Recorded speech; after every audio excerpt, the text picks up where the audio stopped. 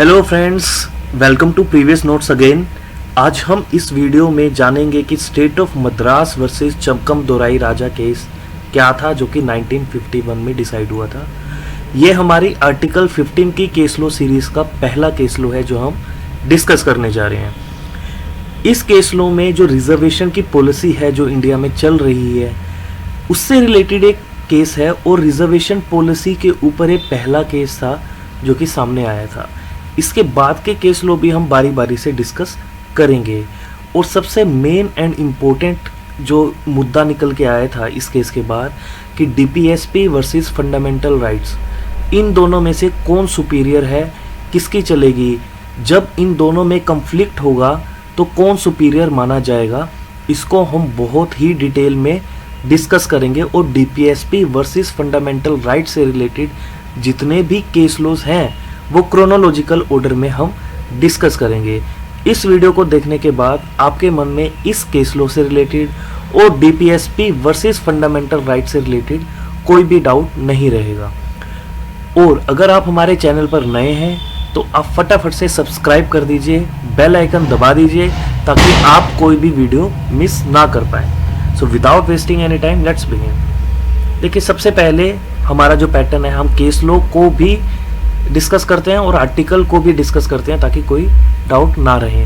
हम in brief जानेंगे article 15 क्या है। आर्टिकल 15 कहता है कि स्टेट डिस्क्रिमिनेशन नहीं करेगा religion, race, caste, sex, place of birth के आधार पर। आर्टिकल 15 की काफ़ी सब क्लोजेज हैं, हम बारी बारी से डिस्कस करेंगे। जब हमारा कॉन्स्टिट्यूशन बना था तब सिर्फ 3 ही क्लोजेज थी आर्टिकल 15 में। पहला ये कि स्टेट डिस्क्रिमिनेशन नहीं करेगा, और जो दूसरी इंस्ट्रक्शन दी गई थी वो सभी सिटीजन पर दी गई थी। ये कहा गया था कि सिटीजन भी कोई भी डिस्क्रिमिनेशन नहीं करेंगे इस आधार पर, और ये नहीं करेंगे कि किसी पर्टिकुलर रिलीजन के पर्सन को ही किसी शॉप में एंट्री मिले, किसी पब्लिक रेस्टोरेंट में एंट्री मिले। तो ये सिटीजन को भी डायरेक्शन है जो हमारे कॉन्स्टिट्यूशन में दी गई है। और इसी तरह से कोई भी बाथिंग घाट हो, रोड्स हो, वेल्स हो, टैंक्स हो, वहाँ पर भी इन ग्राउंड्स पर डिस्क्रिमिनेशन नहीं किया जाएगा। ये था आर्टिकल 15 की सब क्लोज 2। और जो थर्ड क्लोज थी वो है कि ये जो हमने डिस्कस किया है इसका मतलब ये नहीं है कि स्टेट जो है वो कानून नहीं बना सकता, स्पेशल प्रोविज़न नहीं बना सकता वुमेन और चिल्ड्रन से रिलेटेड। इसका मतलब ये है कि अगर वुमेन्स और चिल्ड्रन को स्पेशल उन्हें प्रिविलेज देनी है तो स्टेट यानी गवर्नमेंट हमारी वो दे सकती है। यानी कि वुमेन और चिल्ड्रन के लिए कुछ भी स्पेशल लॉस बनाए जा सकते हैं ताकि उन्हें अपलिफ्ट किया जा सके, ताकि उनकी ग्रोथ को सुनिश्चित करा जा सके। और इसी तरह से जो आर्टिकल 15 की सब क्लोज 4 है वो फर्स्ट अमेंडमेंट एक्ट ऑफ 1951 में ऐड की गई थी। और इसमें यह कहा गया था कि स्पेशल प्रोविज़न जो शेड्यूल कास्ट हैं, शेड्यूल ट्राइब्स हैं, बैकवर्ड क्लासेस हैं, उनके लिए भी बनाए जा सकते हैं। और इसी तरह से 93rd अमेंडमेंट ऑफ 2005 में आर्टिकल 15 की सब क्लोज 5 को इंसर्ट किया गया था। और ये कहा गया था कि स्पेशल प्रोविज़न जो है बैकवर्ड क्लासेस के, शेड्यूल कास्ट के, शेड्यूल ट्राइब के एजुकेशनल इंस्टीट्यूशन में भी दिए जा सकते हैं, इंक्लूडिंग प्राइवेट एजुकेशनल इंस्टीट्यूशन।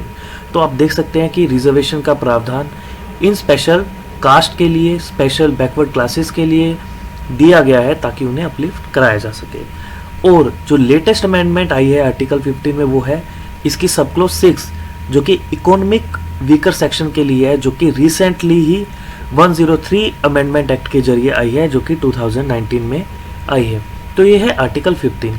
अब आते हैं इस केस के फैक्ट्स के ऊपर। क्या हुआ था कि सबसे पहले ये केस है मद्रास का। क्या हुआ था कि जो रिजर्वेशन जो है मद्रास में वो पहले से ही दी गई थी। हमारे कॉन्स्टिट्यूशन के आने से पहले एक गवर्नमेंट ऑर्डर पास किया गया था जो कि 1927 में पास हुआ था। और उसके अकॉर्डिंग क्या था कि कास्ट बेस्ड रिजर्वेशन दी गई थी मद्रास में अगर कोई प्राइवेट इंस्टीट्यूट में, मेडिकल कॉलेजेस में एडमिशन लेने जाता है तो। यानी कि डिफरेंट कास्ट को रिजर्वेशन दी गई थी। अब इस केस में एक ब्राह्मण वुमेन को, चमकम दोराई राजन को क्या किया गया था, उनकी क्वालिफिकेशन होते हुए भी एडमिशन नहीं दिया गया था। तो उन्होंने केस दाखिल किया, पहले हाई कोर्ट में गए वो, और हाई कोर्ट में क्या हुआ, देखिए ये 1927 का केस है। अब आप ध्यान से देखिएगा कि सीक्वेंस में केस लॉ डिस्कस करने का क्या फ़ायदा है और सीक्वेंस में आर्टिकल्स पढ़ने का क्या फ़ायदा है। हमने आर्टिकल 13 पढ़ा, उसमें हमने देखा कि डॉक्ट्रिन ऑफ एक्लिप्स क्या है। देखिए डॉक्ट्रिन ऑफ एक्लिप्स का यूज़ करते हुए काफ़ी सारे लॉज, काफ़ी सारे सेक्शन जो है वो वॉइड मान लिए गए थे, और ये काफ़ी हमने केस लॉ भी डिस्कस किए हैं जहाँ पर सुप्रीम कोर्ट ने ये कहा था कि ये पर्टिकुलर सेक्शंस जो हैं अब वॉइड माने जाएंगे, और जब तक इन पर कोई कानून नहीं बनाया जाता तब तक इन्हें यूज़ नहीं किया जाएगा। तो 1927 से लेके 1950 तक तो ये गवर्नमेंट ऑर्डर था। अब 1950 में आ जाता है हमारा कॉन्स्टिट्यूशन आने के बाद हमें मिल जाते हैं फंडामेंटल राइट, और फंडामेंटल राइट में जो आर्टिकल 15 है तब ओनली 3 क्लोजेस थी। वहाँ पर ये जो स्पेशल प्रोविज़न की बात थी बैकवर्ड क्लासेस की, वो कॉन्स्टिट्यूशन में नहीं दी गई थी। तो इसी को मद्देनज़र रखते हुए ये केस दाखिल किया गया, और मद्रास कोर्ट ने कहा, हाई कोर्ट ने कहा कि हाँ बिल्कुल। सबसे पहले हम इश्यूज देखते हैं, तब हम कहेंगे कि क्या कहा कोर्ट में। इसमें देखिए जब इश्यूज क्रिएट हुए, सबसे पहले 2 इश्यूज इसमें क्रिएट हुए। पहला तो ये हुआ कि डीपीएसपी और फंडामेंटल राइट का कंफ्लिक्ट किया गया। कैसे? देखिए पहले हाई कोर्ट ने कहा कि हाँ बिल्कुल ठीक है, ये फंडामेंटल राइट का वायलेशन है। तब स्टेट ऑफ मद्रास गई सुप्रीम कोर्ट में। सुप्रीम कोर्ट में उन्होंने ये कहा कि देखिए हमें आर्टिकल 46 दिया गया है, जहाँ पर स्टेट को डायरेक्शन दी गई है कि वो स्पेशल जो है प्रमोशन के लिए कुछ कानून बनाए। किन के लिए? शेड्यूल कास्ट के लिए, शेड्यूल ट्राइब्स के लिए। तो आर्टिकल 46 को फॉलो करते हुए उन्होंने ये गाइडलाइन जारी की है, और इसी के मद्देनज़र वो अभी भी इसे फॉलो कर रहे हैं, तो इसे वॉइड नहीं मानना चाहिए। तो अब आ गया कंफ्लिक्ट आर्टिकल 46 और आर्टिकल 15 क्लोज 1 के बीच में कि कौन प्रिवेल करेगा। एक तरफ तो हमारा कॉन्स्टिट्यूशन कह रहा है, आप देखिए 1950 का सिनेरियो लीजिए, वहाँ पर सिर्फ 3 ही आर्टिकल हैं इस आर्टिकल 15 में, 3 ही सब क्लोज हैं आर्टिकल 15 में। वहाँ पर अब कंफ्लिक्ट ये आया है कि आर्टिकल 15 सब क्लोज 1 प्रिवेल करेगा या आर्टिकल 46 प्रिवेल करेगा, क्योंकि हमारा कॉन्स्टिट्यूशन डीपीएसपी के जरिए तो कह रहा है कि इनका अपलिफ्टमेंट करना है, आपको प्रोविज़न बनाने हैं, और जब स्टेट ने इन प्रोविज़न को फॉलो करना चाहा तो केस आ गया कि आर्टिकल 15 क्लोज 1 का वायलेशन है। तो ये कंफ्लिक्ट आया और कोर्ट ने ये डिसाइड किया कि ये वायलेशन है फंडामेंटल राइट का। फंडामेंटल राइट जो है वो प्रिवेल करेंगे, वो सुपीरियर हैं डीपीएसपी से, तो वो वायलेट नहीं कर सकते फंडामेंटल राइट को। यानी कि स्टेट डीपीएसपी को फॉलो करते हुए कोई ऐसा प्रोविज़न नहीं बनाएगा जो फंडामेंटल राइट को वायलेट करे। तो ये कोर्ट ने हेल्ड किया, और उन्होंने हाई कोर्ट ऑफ मद्रास की उस ऑर्डर को जो जिसमें ओवरटर्न किया गया था गवर्नमेंट ऑर्डर को, उसे अपहेल्ड किया। तो ये था पूरा का पूरा केस। अब जो सबसे इम्पोर्टेंट चीज़ जो हम डिस्कस करने जा रहे हैं वो है कि कैसे कंफ्लिक्ट जो है डीपीएसपी और फंडामेंटल राइट में रहा है आज तक। पूरा क्रोनोलॉजिकल ऑर्डर में हम ये डिस्कस करेंगे और आपको बिल्कुल ही क्लियर होता जाएगा। सबसे पहले तो ये केस हुआ है चमकम दोराई राजन केस, जिसमें ये कहा गया कि फंडामेंटल राइट्स जो है वो सुपीरियर है। तो अब अगर गवर्नमेंट के किसी ऑर्डर को कोर्ट कहेगी तो डेफिनेटली अब गवर्नमेंट क्या करेगी, वो लॉ बनाएगी। तो first, fourth, seventh constitutional amendment act पास किया गया, और इसमें यह कहा गया, जो हमने डिस्कस भी किया है, आर्टिकल 14 की सब क्लोज 4 को इंसर्ट किया गया, जिसमें यह कहा गया कि parliament special provision backward classes के लिए, शेड्यूल कास्ट के लिए, शेड्यूल ट्राइब के लिए बना सकती है। तो अब क्या सिचुएशन हो गई, अब डीपीएसपी को सुपीरियर मान लिया गया, यानी कि पार्लियामेंट बना सकती है, उस केस में डीपीएसपी को सुपीरियर माना जाएगा। फिर आया गोलकनाथ का केस 1967 में, उसमें यह कहा गया कि fundamental right can not be amended for implementation of DPSP. फिर से ये कहा गया कि फंडामेंटल राइट को आप अमेंड नहीं कर सकते। जैसे आर्टिकल 14 की सब क्लोज 4 को इंसर्ट किया गया, वो अमेंड किया गया फंडामेंटल राइट, किस लिए अमेंड किया गया, ताकि डीपीएसपी को इम्प्लीमेंट किया जा सके। तो गोलकनाथ केस में ये कहा गया कि आप ये जो कर रहे हैं वो गलत है। तो फिर से क्या सिचुएशन हो गई, अब फिर से फंडामेंटल राइट सुपीरियर मान ली गया। अब फिर क्या हुआ, अब फिर पार्लियामेंट को लगा कि यार ये तो गलत हो गया, तो उन्होंने क्या किया, फिर से क्या पार्लियामेंट करेगी, गवर्नमेंट क्या करेगी एक और नया कानून बनाएगी, एक और नया एक्ट लेके आएगी। अब क्या हुआ, अब 24th अमेंडमेंट एक्ट 1971 और 25th अमेंडमेंट एक्ट 1971 पास किया गया। अब 24th अमेंडमेंट एक्ट में क्या कहा गया, ये कहा गया कि पार्लियामेंट के पास पावर है, वो एब्रिज कर सकती है fundamental right by enacting constitutional amendment. यानी कि अगर कोई कॉन्स्टिट्यूशनल अमेंडमेंट पास की जाती है तो पार्लियामेंट के पास पावर है कि वो फंडामेंटल राइट को एब्रिज कर सके। यानी कि अमेंडमेंट के थ्रू वो फंडामेंटल राइट को एब्रिज करने का अधिकार रखती है कौन, पार्लियामेंट। और 25th में क्या कहा गया कि उसमें कहा गया कि अगर कोई लॉ बनाया जाता है किसके द्वारा, पार्लियामेंट के द्वारा, जो आर्टिकल 39 सब क्लोज बी और आर्टिकल 39 सब क्लोज सी को इम्प्लीमेंट करने के लिए कोई लॉ बनाया गया है और वो फंडामेंटल राइट 14 और 19 को कंट्रावेंशन में है। यानी कि इन शॉर्ट में कहूँ कि अगर ये जो दो डीपीएसपी आप याद रखिए, आर्टिकल 39 बी, आर्टिकल 39 सी, अगर इनको इम्प्लीमेंट करने के लिए कोई लॉ बनाया गया है और वो हमारे फंडामेंटल राइट को एब्रीच करता है, कौन से फंडामेंटल राइट को, 14 को, 19 को, 31 को, तो वो डीपीएसपी को सुपीरियर माना जाएगा और वो ऐसा नहीं माना जाएगा कि ये फंडामेंटल राइट ब्रीच किया गया है। और दूसरा ये कहा गया कि अगर इस तरह का कोई प्रोविज़न, इस तरह का कोई लॉ बनाया जाता है जो 39B 39C को इम्प्लीमेंट करने के लिए बनाया जाए, तो उसे आप चैलेंज भी नहीं कर सकते किसी भी कोर्ट में। ये कहा गया 25th अमेंडमेंट एक्ट में।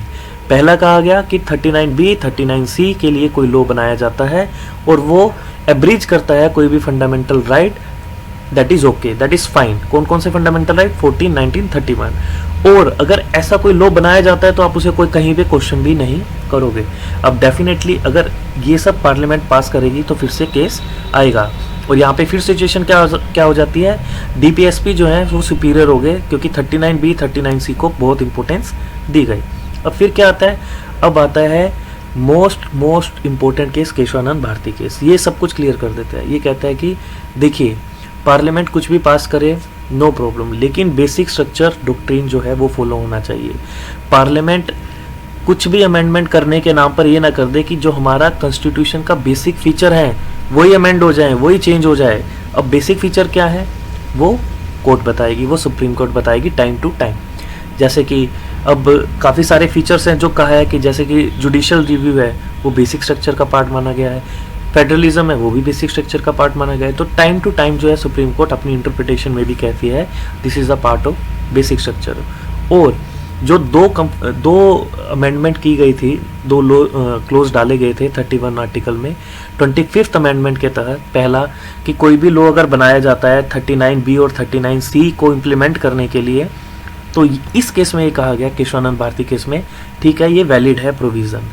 लेकिन इस केस में ये भी कहा गया कि जो आपने ये कहा है कि ये चैलेंज ही नहीं किया जाएगा किसी भी कोर्ट में, ये इनवैलिड है। क्यों? क्योंकि हमने अभी डिस्कस किया जुडिशियल रिव्यू जो है वो बेसिक स्ट्रक्चर का पार्ट है, तो वो इनवैलिड मान लिया गया। यानी कि पार्लियामेंट की बात आधी मानी गई, आधी नहीं मानी गई।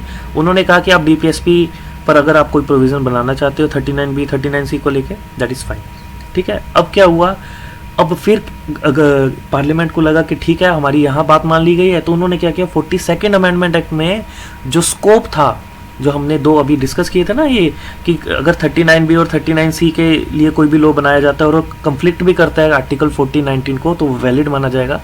इसका स्कोप सारे के सारे डीपीएसपी पर कर दिया। यानी कि पहले क्या था कि सिर्फ और सिर्फ 39B आर्टिकल और 39C आर्टिकल को सुपीरियर माना गया था आर्टिकल 14, 19 के अगेंस्ट में। लेकिन 42nd अमेंडमेंट में कहा गया कि ये तो सब डीपीएसपी को अगर कोई इंप्लीमेंट किया जाता है और कोई भी डीपीएसपी अगर आर्टिकल 14 और 19 को वायलेट करता है, दैट इज फाइन। अब फिर क्या हुआ, अब आया मिनरेवा मिल्स केस। अब इस केस में सारा का सारा पिक्चर जो है वो क्लियर कर दी जाती है।